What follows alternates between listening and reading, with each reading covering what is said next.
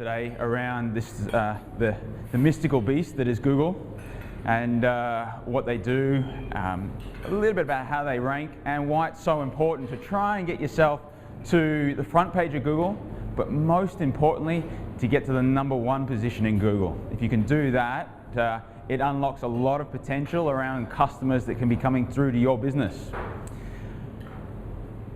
Who's got a website? Pretty much most businesses around have websites nowadays.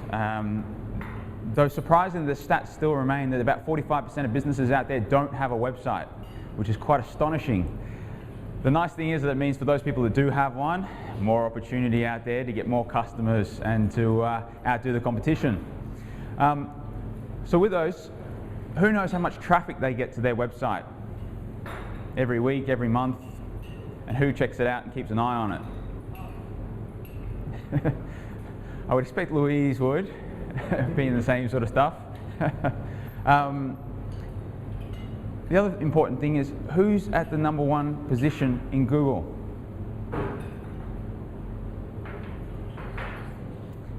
The question really is, it's a bit of a trick question around it, because it's not just about being #1, because if you're #1 for your business name, that's great. So people that are looking for your business are finding you, that's nice. Where's the real magic? The real magic is getting yourself ranking for the keywords that potential customers that don't know you exist are looking for you. So that's what we're going to be talking about today. And I'm going to sort of go through a bit around how Google ranks people and what we can do with our sites to get ourselves up there a little bit higher.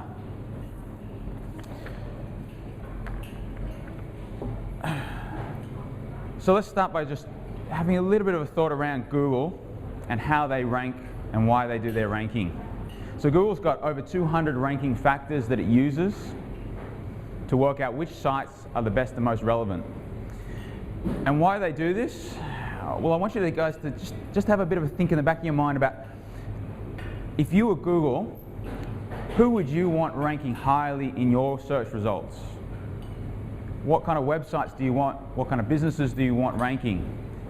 If you think about giving the best experience possible to your customers, the people that are doing searches on your website for information, you want to make sure that those people get the most relevant results possible. You want to make sure that they get the information that they're looking for. So it's your job as Google to find the best sites that have the best information and give that to your customers, because by doing that, you'll get them coming back to using that search engine. And that's how Google has become the #1 search engine in the world, and particularly in Australia, where they're about 95% of the search traffic. So if you think about it, they're looking for relevant websites that have the right information for what people are searching for. So when we think about our sites and how we get ourselves ranking, well, what's the most important thing to do? Make it relevant. Have the right information there, the right stuff that people are looking for, and then Google will look at that site and say, you know what? You're giving my customers and the people using my search engine what they want. Therefore, I will give you priority over everyone else. Now, why do we want to get to position #1? What's so important about it?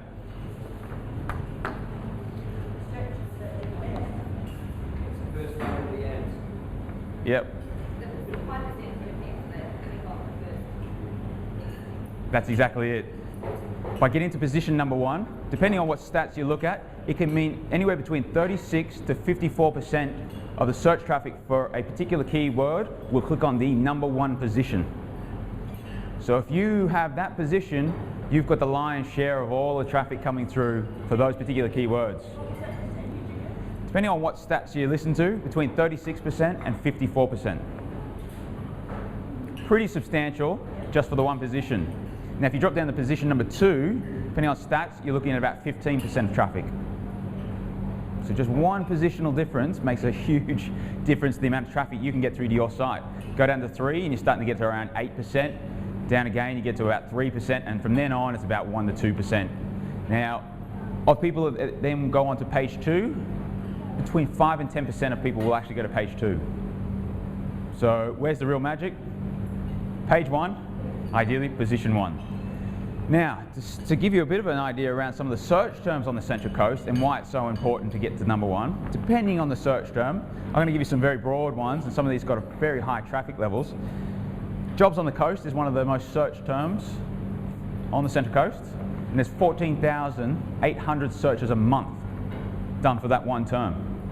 So if you can imagine getting into position number one and getting 50% of that, could make a substantial difference to your business and substantial business difference to your website and the traffic that you get. Going down the list and getting a bit of an idea around some of the different businesses. Photography Central Coast, 1,900 searches a month. So if you can get yourself to number one there, there's a lot of people looking for photographers on the coast. Cleaning Central Coast has 1,600 searches a month. Central Coast Air Conditioning, 590. Wedding photographers, 480. Pest control, 390. Solicitors, 320 searches a month. Conveyancing, 260 searches a month. And the list goes on. So if you think about that, how many people are out there looking? These are active people looking for that particular type of business or information on those types of businesses. So they're actively out there. You're not just spruiking to the world and not just sort of trying to get your message out to everyone. You're getting your message across to people who are actually looking for you. And that's the real magic behind getting ranking in Google, because you've got targeted audience. It's not doing a billboard where it's just sort of this passive sign that people are looking at, and it really doesn't make, there might be 0.5% of people that are going past it that might actually be even interested in it at that particular time. Here you've got all of these people coming looking for you. So that's part of the magic of getting there with Google and getting traffic. I also want to talk to you guys a little bit about the difference between what they call organic and paid search ranking. We're going to talk more today about what they call organic ranking rather than the paid stuff. And there's a couple of reasons for that. But what I want to do is first share with you, does everyone know the difference? When you do a search for a keyword, do you know what ranking is, what results there are paid advertising and what ones are organic and just there? Most people know that. The big difference is that on the right-hand side, they're paid advertising. On the left-hand side, that's generally the organic, with the exception that you may find at the top, there's like a bit of an orange sort of tan section there. There's up to 3 listings there. Those are paid. So anything in the white section's all organic there, but those top 3 potentially are paid advertising, and then down the side is paid advertising. Now that's the paid advertising is an interesting one because it's a great tool for ranking and for ranking very quickly. Within our business, we try to always get our clients to do the organic side of things, and there's a couple of main reasons for it. Organic has the benefits that the way you look at it, it's an investment in your business and it's an investment in your marketing. So if you think about it, that if you were to spend, let's say you were to spend $500 on ranking in Google. You can spend that money over in AdWords on a cost per click basis, bid for clicks at say $1.50, $2 a click, or you can invest that money into optimizing your site so that it ranks highly in Google. The big difference with that is that when you invest it, let's say you invested in the advertising side of things, the AdWords, when that $500, when you've used that up, you don't get anything more. You don't get any more traffic. So you've gone through, let's say it's $2 a click, you get 250 clicks, that's it. You've got your traffic, you've got no money left, therefore you're done. And you won't rank there anymore. If you were to invest that money over in the organic side of things to get yourself to position 1, because you're investing in your site, investing in that sort of, I call it a bit of a marketing asset, once you get up to page 1, just because you stop spending money tomorrow or your money runs out, doesn't mean your ranking changes, doesn't mean you drop out of that. So you're going to get the ongoing benefits of being on that front page or being in the position that you are. Now, if you don't continue to invest in it, over time, your competitors who are investing in it will obviously start to raise up the rankings and potentially push you down. But the thing is, just because you stop doesn't mean you stop getting traffic. So that's why we tend to encourage our customers to start off on AdWords, do a bit of testing, get to find out what are the right keywords that get you good traffic, and then focus more on the organic side of things and getting yourself ranking. And that's what we're going to go through today. So I'm going to teach you a little bit about how we go about getting that organic ranking. So to understand how we rank, there's kind of two core ways of ranking. There's what they call on-site optimization and off-site optimization. On-site is naturally the stuff that we can do on our sites directly ourselves, the things that we can edit and tweak and change that gets our site better ranking. And then there's off-site stuff that are indicators to Google about how reputable this site is and how relevant it is. And that could be things like, you know, the people that link through to you, what your social media profile is, how many people like your particular page, what your reputation is through Google+. They're all off-site factors that will influence how your site ranks. We're not going to focus on that today because there are so many. I could be here for a week telling you all about it. What we will focus on is the on-site stuff, and that's the stuff that you guys can pretty much go away from this meeting and you can start implementing straight away to start making an influence in your business. To give you an idea of the power of that, one of our clients is an electrician, and about 5 weeks ago we decided to do some optimization on his site to optimize his content and the way it was structured. We didn't do anything else, didn't do anything off-site in terms of optimization, we just did the on-site optimization. If you look at his site now, he's on the first page of Google, he's in position number 9, do a search for electrician Central Coast and you'll see Redshift Electrical there. Position 9, just by doing on-site optimization, nothing else. So if you can think about the power of just doing that simple thing and what it can influence, it's worthwhile spending the time to go away from this meeting and get it done. So let's get into some of the wonderful factors that make us rank on the page 1. If you think about it from Google's point of view and what they want to see through a website and what's going to make their customers happy to keep coming back to them to do searches, one of the big factors is speed. The faster a site loads and is up and going, the more likely that people are to stay on that site. Depending on the stats that you read, for every millisecond that your site takes to load, you can lose up to 5% of the people that were going through to that site. So you can imagine that if you're waiting 2, 3, 4, 5 seconds for a site to load, people are too impatient these days to worry about it. There's too many other sites to go to. If you're taking too long to load, I'm off to somewhere else to get the information. So it's incredibly important to make sure that you optimize your site for speed. There's different ways of doing that. The best one and the easiest one is images. Images are one of the biggest factors to site load times, because if you put an image on there that's about 1 megabyte in size, till the NBN comes through, downloading that can take a substantial amount of time. But you can compress those images, and if you compress them, you can get down an image that might be 1.1, 1.2 megs down to 200, 300K in size just by optimizing it. One of the big ones is when photographers take images, they'll quite often shoot them and they'll compress them at a 300 dpi image resolution. What that means is this, the clarity, so that when it prints out on a piece of paper, it looks nice and crisp, nice and clear. The thing is, for a website and for on-screen viewing, you don't need 300 dpi. You need 72 dpi. So if you look at that, it's about almost a quarter of the size for the image that's required. So if you just do that one change, just change the resolution on the image and change the pixel density, then your images are a quarter the size. It's going to make a pretty substantial difference to the load time of your website just by doing that. We do use a service called Pingdom it's over in the US. You can go on there, it's a free site to use. If you go on there, you can test the load time of your website and see how fast and what elements of your site load and what's taking the longest to load. So if you check it out, you can then look at particular images, or maybe there's certain elements to your site that are taking a long time to load. Then you can adjust those and get your site loading a lot faster. So if you get a chance, pingdom.com, free to use.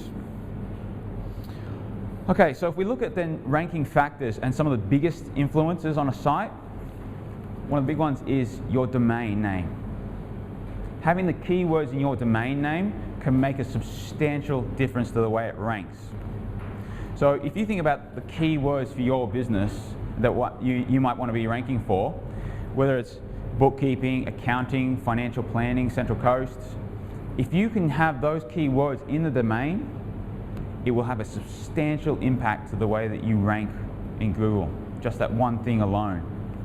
So with a lot of our clients, the way we try to work with them is we try to encourage them to have their business name, but then also kind of what they do in the actual domain itself.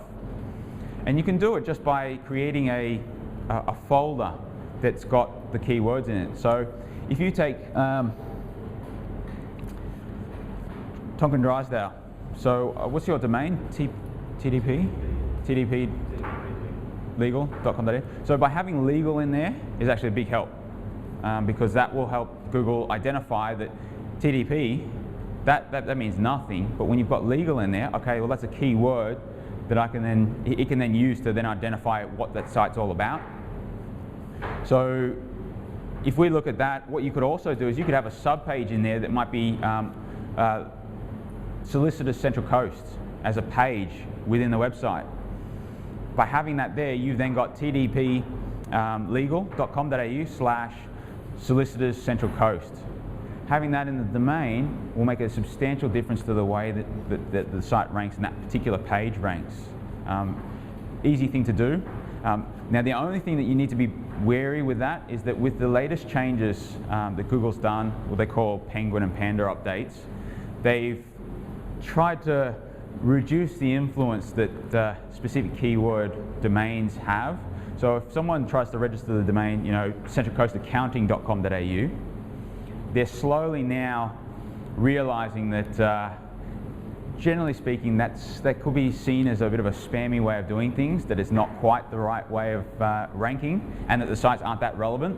So they are doing some things at the moment to penalize those kind of sites if they're found to be a spam type of site where it's not very relevant information. So even though you want to do that, you've just got to make sure that the rest of your site is quite a reputable site and it's got a lot of relevant information.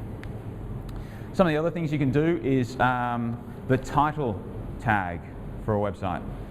So when you do a search and you come up with a website, you'll notice at the top of the browser, it'll have a description potentially of that actual page. So it might be like, with our home page, we put website design Central Coast with a sort of with a line saying Oddball Web Solutions, and that's kind of the title of our site. By using that, we've obviously gone after the keyword website design Central Coast, and we've put that in the title of the page so that Google recognizes that the information and the keywords we want to rank for are website design Central Coast.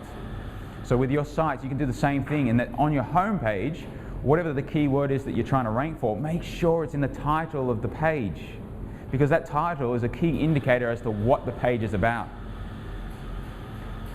The other thing to do is to also put your business name in there, because if someone's doing a search, it helps from a branding perspective to have your business name in that title as well.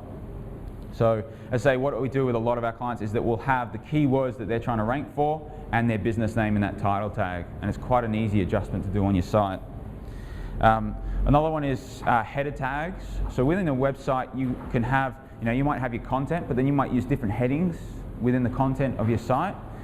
There's what they call H1 tags, H2 right through to H6. The main one is H1.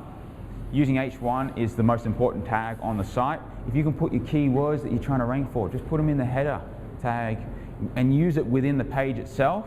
That'll help Google recognize that the site that your site has that kind of information. With that as well, Google has a whole lot of, in its indexing system, it uses a whole range of synonyms for a site. So they've stopped looking at just website design Central Coast as such as a keyword. They might also look at website design Central Coast. They might also look at web design, or web designers. They'll use all of those, and they'll actually cluster and group all of those terms together to say they're all very similar terms. So if someone's using a term, one of those particular terms, and someone does a search for something pretty similar, they will still allow that site to rank and give it some weighting because it's a very similar term. What that means for your site is don't just use the same keyword over and over and over and over again throughout your page, because Google will look at that and say, well, hang on a second, you've used it too many times.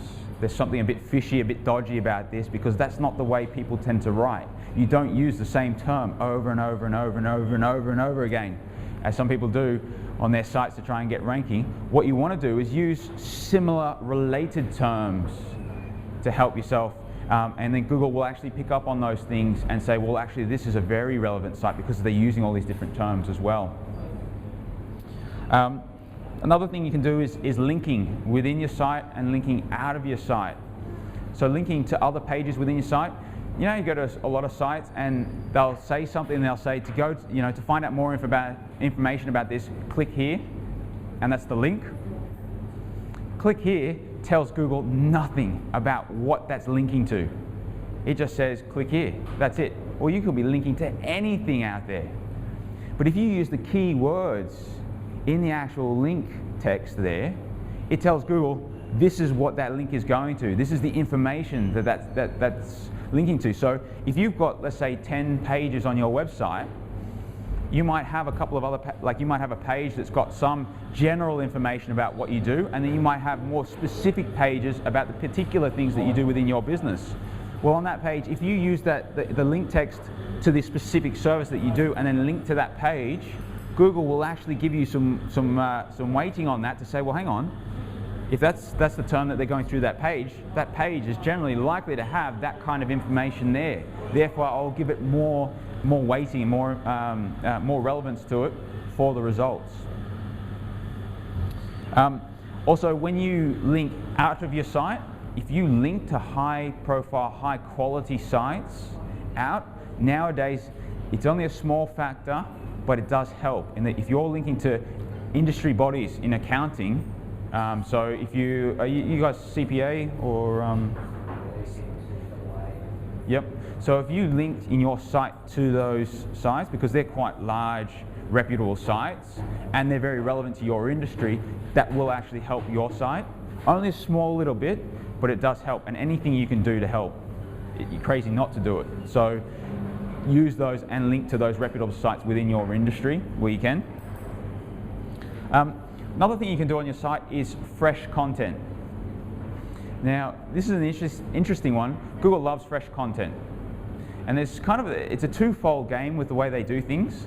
One, they love fresh content because always new, fresh stuff is great. But also, Google loves to encourage lots of content out there. And the reason, it's a little bit selfish, but it's a very smart business strategy. They love seeing lots of blogs, and they love seeing tons and tons of information going up every single day. Why? Because it makes the web and the internet more complicated, more information out there, more difficult to find. And so you need Google even more and more to find this information because there's just so much out there. So it loves to see lots and lots and lots of fresh content.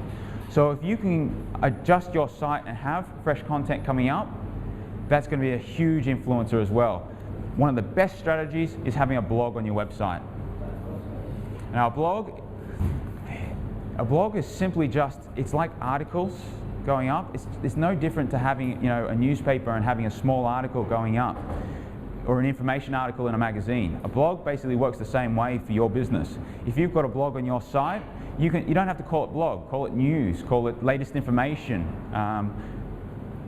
If you have one where you're constantly posting, ideally speaking once a week, but if you can at least do it once a month, where you just put a small article on there, just some relevant information about your industry, some of the changes that are going on, or something that can educate people, and you just kind of routinely put that up, Google will love your site even more.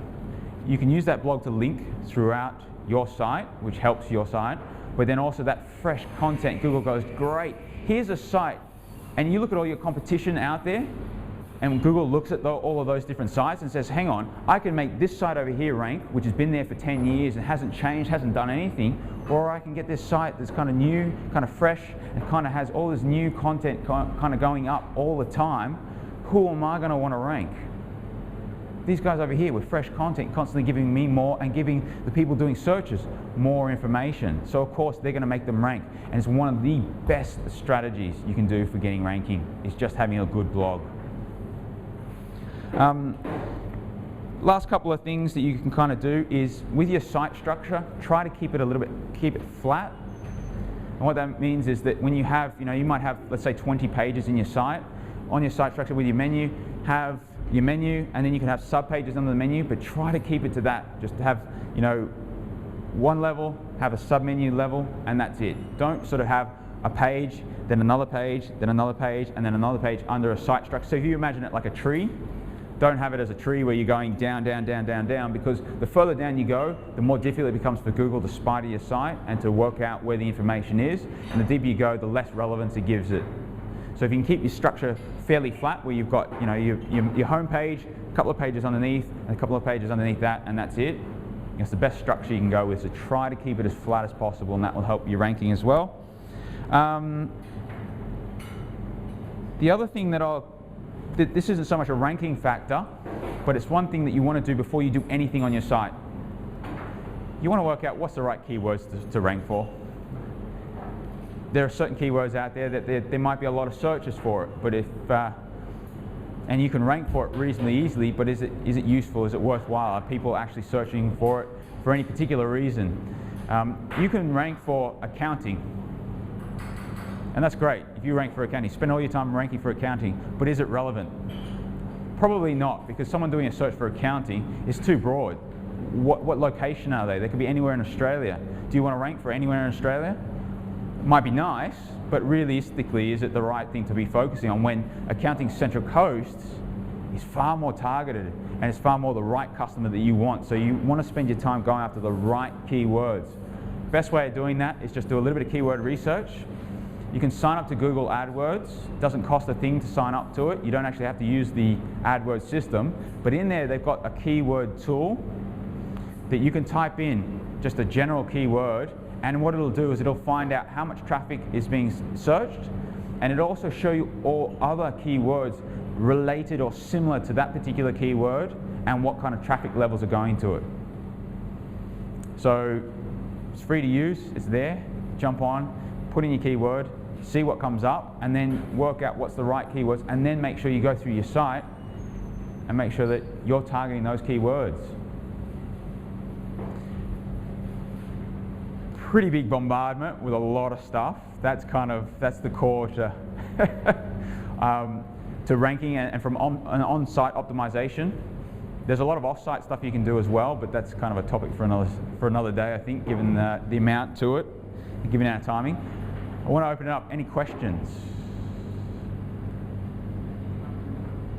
Sure. Now that Google is doing a lot more with the Google Plus page, and there's Google Local, there's Google Places, which I think is the same thing. Yep. So I've been told that it's now important to have a page on the Google Plus site. So do you know much about that? Yeah, with Google Plus, Google's very smart, very strategic in the way they do. They know that social media is very important, and they also know that Facebook's very dominant in that area, so they need to be able to compete. And so what they're doing is they've got their Google Plus version of social media to encourage people to move across to Google Plus and to encourage people to use that kind of service. They give some weighting to people that are on Google Plus. If you've got a Google Plus profile with Google Local, having that profile is important and will help your site, but also having good reviews on there will also impact your site performance and ranking. The other thing with it too is that with a blog, you can get what they call Google authorship. So you've got to get a Google Plus profile, and then you can create a Google authorship for your blog. If you do that, Google will then look at your blog and say, well, hang on, this person is a real person that's blogging this. Therefore, as you blog more and more, it will then say, well, that's very reputable, and that person's posting their own unique stuff, therefore I'll help them rank more. So Google Plus is a massive part of helping ranking from an off-site point of view. So if you haven't got a Google Plus profile, get one, link it through to your site, and if you haven't got a Google Plus listing, get one for your site, or get one for your business, definitely.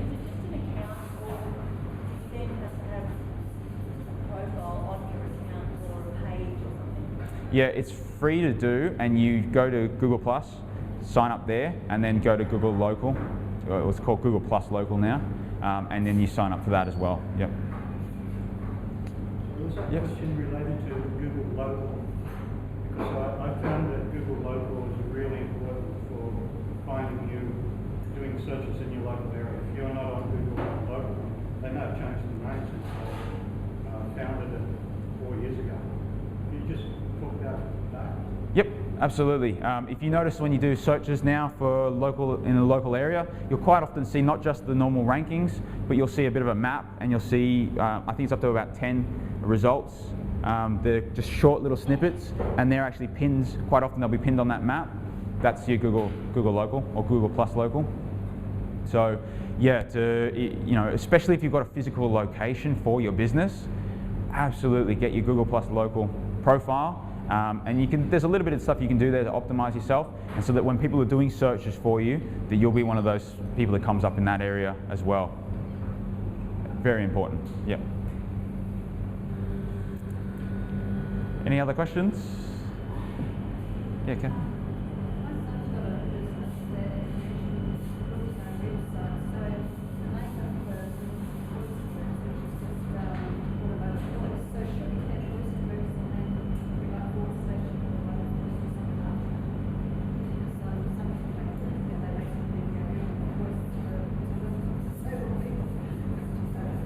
Yeah, definitely. Yeah, first off, I'd be doing a search to see what are the keywords that people are looking for around that area, and then look at how you can then incorporate that within the domain. It's not always possible to put it into the domain because you might just have the business name there, but if you can at least put it into the title tag, that's an easy one to do, and that's very important as well. Yeah, so it can help. Brilliant. All right, thanks, Michael. It's all right. Thank you.